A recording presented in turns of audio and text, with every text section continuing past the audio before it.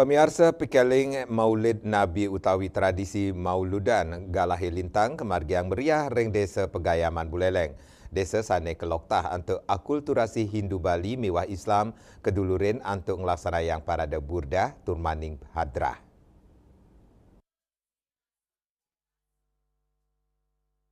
Desa Pegayaman siada 1% kerama nyane mahkamah selam.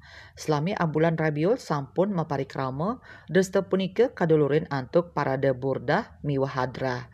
Seke-seke burdah tur hadrah, ring desa Pegayaman nyobiang kuagedan ipun suang-suang. Acara kelaksanayang ring Masjid Jami Sapinatus Salam desa Pegayaman.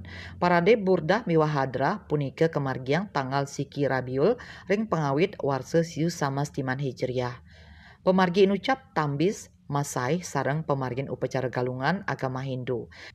Selanturnya nih usan parade burdah, hadrah, kemargiang acara penapian, penyajian, penampahan, saha magainan maulid raris acara puncak inggih punika, muludan soko, sane kasinep antuk manis muludan. Manut pangurati budaya miwah sejarah saking desa Pegayaman, Dr. Andes Ketut Muhammad Soeharto, cutet nyane ring sajoning pemargin inucap wantah nyangre mendasar rasa bahagia antuk embas nyane nabi saha ngeruruh hikmah kerasulan ring desa Pegayaman anutin budaya lokal alkulturasi budaya sanis sampun memargi selami puniki.